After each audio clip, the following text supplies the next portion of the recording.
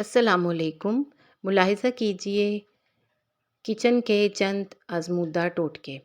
भिंडी फ्राई करते वक्त अगर इसमें थोड़ा सा सोया सॉस डाल लिया जाए तो भिंडी की लेस कम और जायका बढ़ जाता है। बैंगन के पकोड़े बनाने के लिए बैंगन को पहले से काट कर रखें तो ये काले पड़ जाते हैं। इन्हें काला होने से बचाने के लिए इन्हें नमक और हल्दी लगाकर रख दें तो बैंगन काले नहीं होते।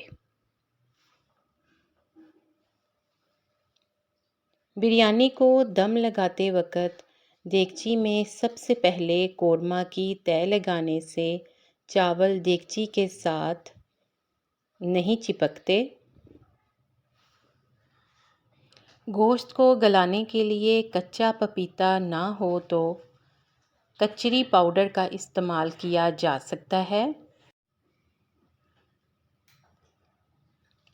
किचन में लीमू का रस निकालकर इसके छिलकों को जिस्म के स्याही माइल हिस्सों जैसे कोहनियों, टखनों, घुटनों पर मलें तो ये हिस्से सफ़ेद होना शुरू हो जाएंगे, मतलब एक तीर से दो निशाने।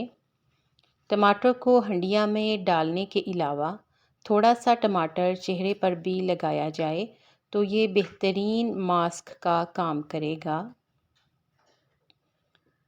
खानों में कॉर्नफ्लावर डालने के बाद अक्सर पानी अलहदा हो जाता है। इस सूरत हाल से बचने के लिए कॉर्नफ्लावर डालते वक्त लकड़ी या प्लास्टिक का चम्मच इस्तेमाल किया जाए तो कॉर्नफ्लावर का गाढ़ापन ख़त्म नहीं होता। वीडियो को लाइक और मेरे चैनल को सब्सक्राइब करें। जज़ाकल्लाह।